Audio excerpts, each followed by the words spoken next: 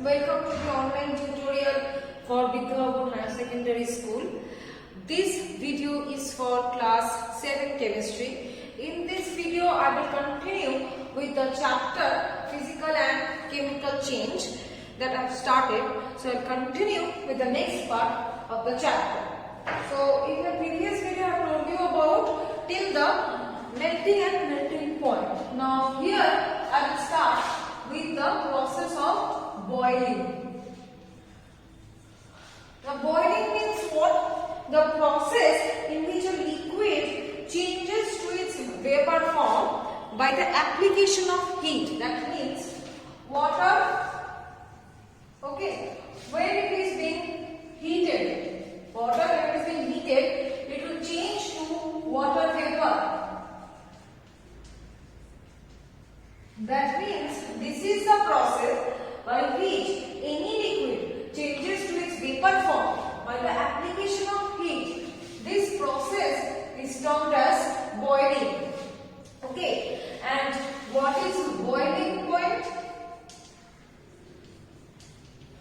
The temperature which is required to convert the water into its vapor, that particular temperature at which the water is being converted to its vapor form, that particular temperature is termed as boiling point. Okay. Now next is the evaporation.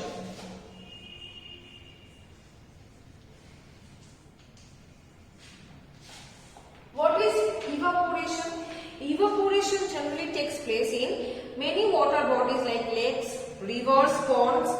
What happens over here? Through on the entire surface of the water, the sun rays or the heat of the sun is being falling. Suppose this is the water body.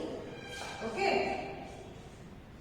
So the sun rays are being falling on this surface of the water, making the water heated up so that the water will be converted to its vapor and will be rising up in the atmosphere to form clouds. Okay, so this is the evaporation. This evaporation takes place only on the surface of the water, not on the entire surface.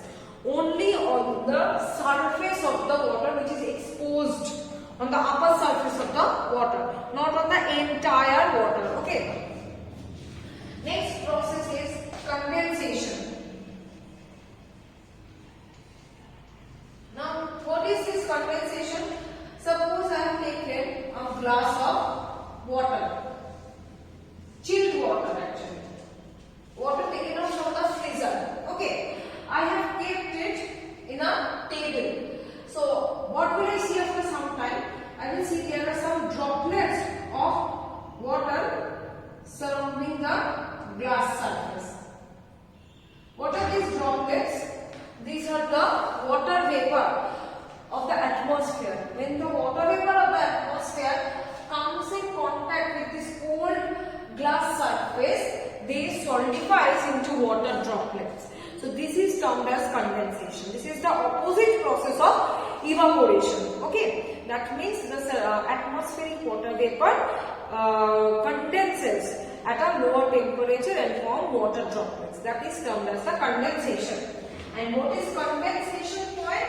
The temperature what is required to form or to carry out the process of condensation. That particular temperature is called condensation point. Now there is some differences between evaporation and boiling. This you will read from book. Next topic is that conditions affecting evaporation. What are the conditions that will affect the evaporation? First of all, nature of liquid. Obviously,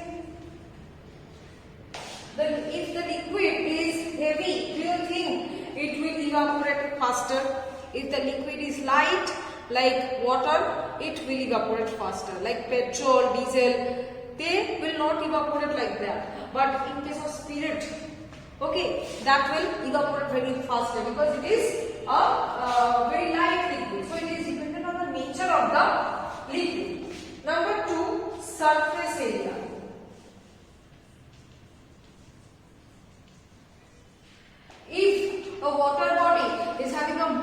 surface area, more will be the evaporation. If a water body is having a very less surface area, that there will be lesser amount of evaporation. Okay. Number 3 is that temperature. Let us think about it. It is a bright sunny day with a huge temperature.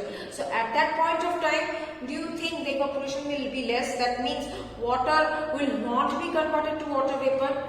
No. When the temperature is more, the water will be converted more into the water vapor. So more temperature, more will be the evaporation. Number 4 is humidity. Now what is humidity? Humidity is the water vapor present in the atmosphere. You just think about it. There are already water vapor present in the, more amount of water vapor present in the atmosphere. So will the atmosphere take any more water vapor? No, because there is already so much of water vapor present in the atmosphere. They don't need it. So more the humidity, less will be the evaporation. So these 4 are the factors of the evaporation. Now next, we will see about the chemical change. What is chemical change?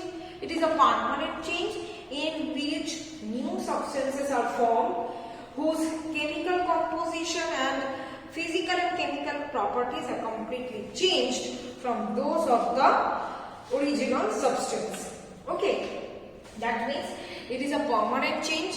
Here chemical alteration is taking place, new substances are formed and it is not reversible in nature. Examples of chemical change: rusting of iron, ripening of fruit, okay, growing of a plant into a tree, souring of milk. These are the examples of chemical change. One of the examples of chemical change is burning. Anything which is being burned, that can be paper, that can be wood or anything, will it be brought back to its original state? No, because once it is burned, a new substance will be formed. Okay, so burning is a type of chemical change. Another chemical change is rusting. Now what is this rusting? Have you noticed it or not? I don't know. Suppose this is an iron nail. If it is being kept in the atmosphere for some days, what we will see? You will see that the iron nail is being covered with some reddish powdery substance. That reddish powdery substance is called rust, and this process is termed as the rusting. So these 2 are the examples of chemical change. What are the characteristics of chemical change? First of all, it is a permanent change. That means it cannot be reversed. New substances will be formed, composition will be changed, and there will be an exchange of energy. So these are the characteristics of the chemical change, and this chemical change is actually represented by a reaction called chemical reaction, where the left hand side part is termed as the reactants and the right hand side are the products. So reactants undergo chemical change to form products. So reactants undergo chemical change to form products.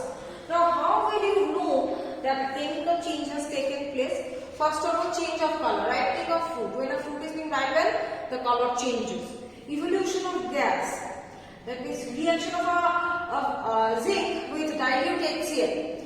When it is being reacted, a salt is formed along with a hydrogen gas is being evolved. Apart from this, release or absorption of any kind of energy. So these are the things by which we can see that yes, chemical change has taken place. Now what are the importance of chemical change? First of all, cooking. Raw food we cannot eat. Cooking helps. Cooking is a chemical change and it helps to prepare the food. Soaps, detergents, fertilizers, all these are the products of the chemical change. Many metals like iron and aluminium are being processed by the chemical change. Burning of fuel which helps to run domestic life as well as industries as well as vehicles. So these are the importance of the chemical change. Okay. And another thing is that burning of a candle is termed as a chemical as well as a physical change.